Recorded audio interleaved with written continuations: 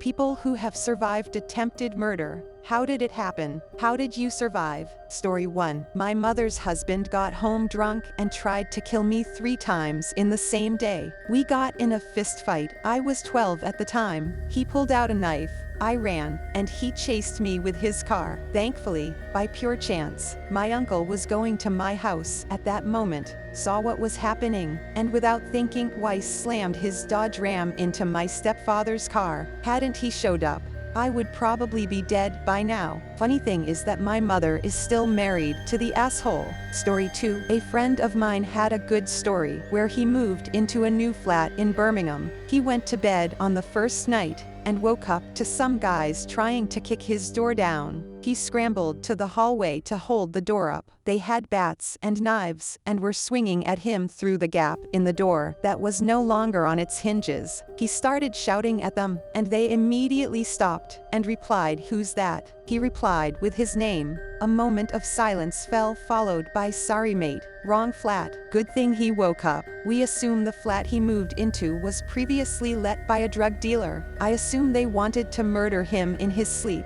Story 3. Someone tried to rob my store during a psychotic episode. He trashed the place, tried to crack open my head with a 16 bong, and stripped naked as I was ejecting him. Then he drove a Jeep through the wall and tried to run me over. The cower I stood behind all day stopped the Jeep. I left through the massive hole he left in the wall. Story 4. I was attacked by my neighbor's teenage son during a drug-induced psychosis. He came to the door asking for help. I stepped outside as he was pointing back to his place, saying someone was trying to get him. I quickly realized he wasn't making sense, and as I started moving back towards the door, he started screaming about why no one was helping him. He got really angry and started screaming he was going to kill us all. I ran back in the door and felt him hit me twice. I locked the door and grabbed my phone to call the police. He was still yelling and moving back and forth between my place and his.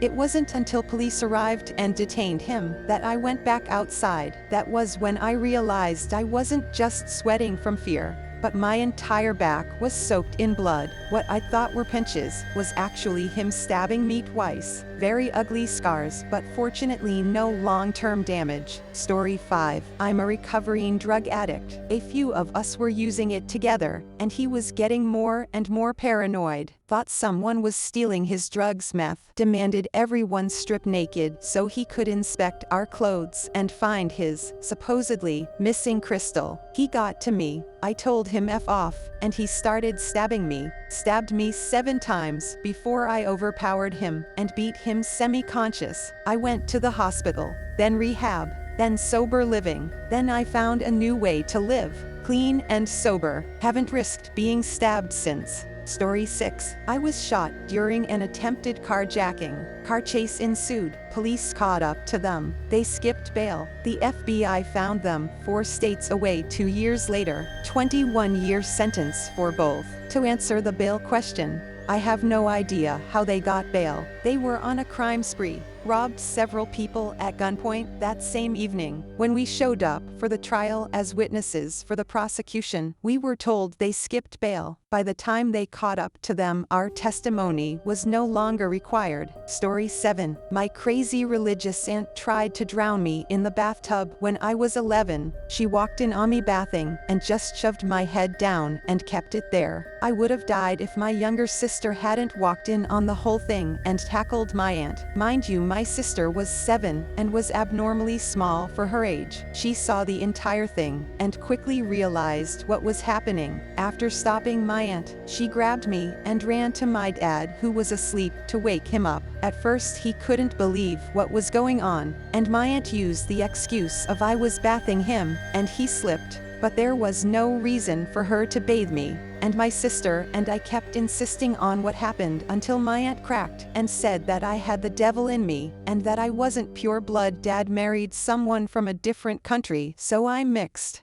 and she hated all of us. Dad called the police, and my aunt confessed that she was going to start with me and then go after the rest of my 5 siblings in order to purify the family line. It's been 18 years and she's still locked up in the Cocoa House, constantly saying that she's going to finish what she started. Story 8. My ex recently at the time always was getting on me about teaching her to shoot. I never did. She grabbed my own gun out of storage while she was attacking me while she was blacked out drunk. She loaded it and pulled the slide back far enough to cock the striker, but not quite far back enough to chamber round. She stuck it right on my face when she came back into the room and pulled the trigger. That was the greatest click I've ever heard. Story 9. When I was 9, an older kid held me underwater at a public pool, trying to drown me. I fought back the best I could for what felt like forever, ran out of air, and started to black out.